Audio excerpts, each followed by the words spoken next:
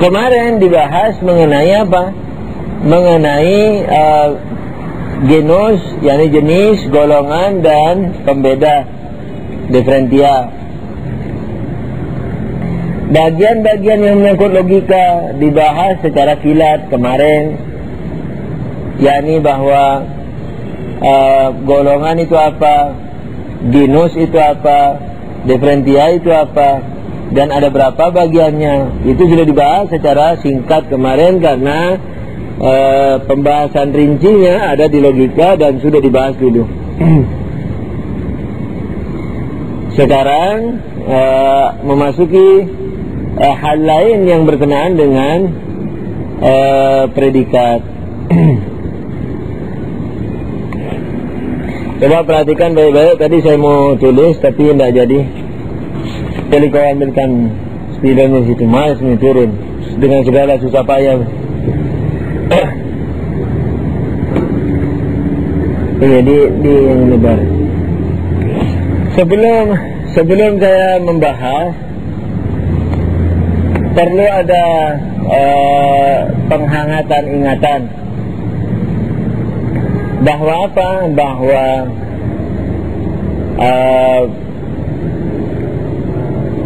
esensi itu awalan, esensi yakni pertama bisa global. Seperti apa? Manusia global, kuda global, pohon, pohon jambu.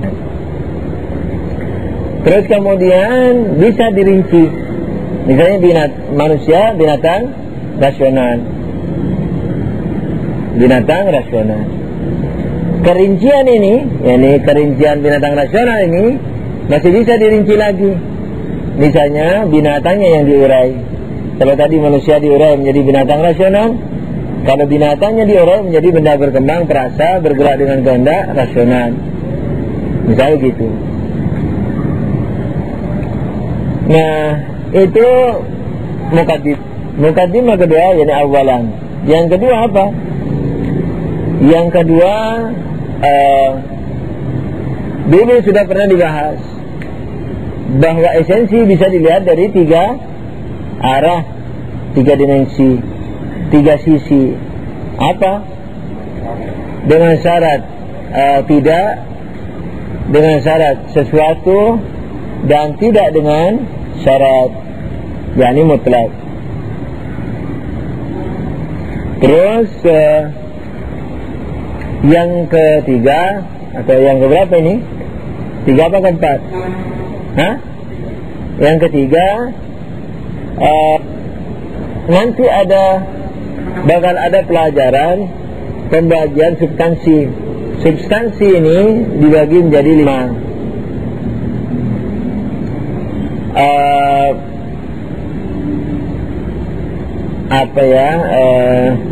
Akal, katakanlah begitu, bukan akal manusia loh. Jiwa, kemudian kalau nggak salah kemudian spesies.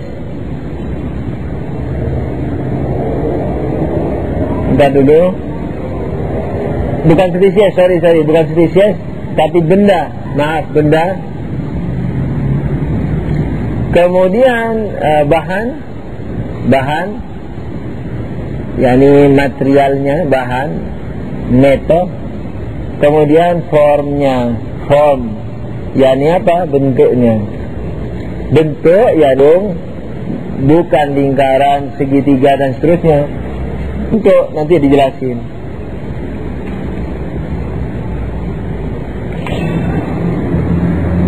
Nah, dengan 3 mukaddimah tadi, ini pelajarannya agak halus, diperhatikan baik-baik. Dikasih contoh di sini, seperti apa? Binatang. Apa definisi binatang? Benda berkembang, perasa, dan bergerak dengan kehendak. Nah, benda berkembang, perasa dengan kehendak ini bisa dilihat dari 2 sisi. Anggap begitu.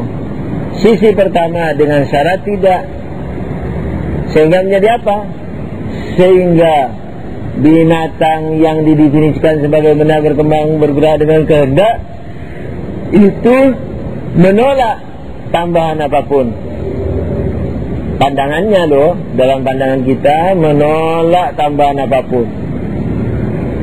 Ketika dia aktif menolak tambahan apapun, maka apa-apa yang bisa dijadikan teman, seperti rasional, seperti meringkik misalnya yang ada pada kuda, yang mana itu bisa menemani binatang, itu dianggap hal di luar binatang. Yakni tinjauan saya sekarang kepada binatang, apakah yang global binatang ataukah yang rinci tadi apa, benda berkembang berasal dengan kehendak itu. Nah, tinjauan saya kepada binatang ini mandiri, yakni tidak mau diembel-embeli. Artinya semua tambahan yang bisa ditambahkan kepada manusia seperti rasional, meringkik dan seterusnya, sekalipun itu zat, tapi zat bagi manusia. Saya tidak peduli, saya tidak mau bahas manusia, saya mau melihat binatang saja. Nah, dalam keadaan begini, maka yang namanya binatang apa? Berarti dipandang dengan syarat tidak, jadi tidak boleh adanya sesuatu.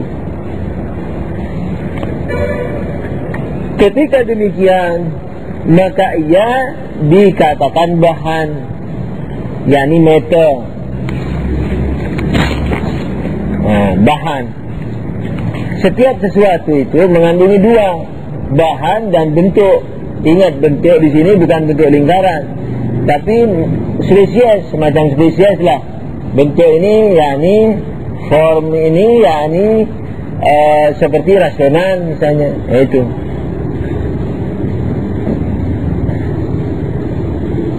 Nah, kalau dikatakan bahwa binatang ketika dipandang secara mandiri dia adalah bahan, nah, maka gandengannya apa? Gandengannya form, yakni bentuk. Oleh karena itu, apa yang ada di alam materi ini selalunya mengandungi dua itu, yakni bahan, metode dan formnya, bentuknya.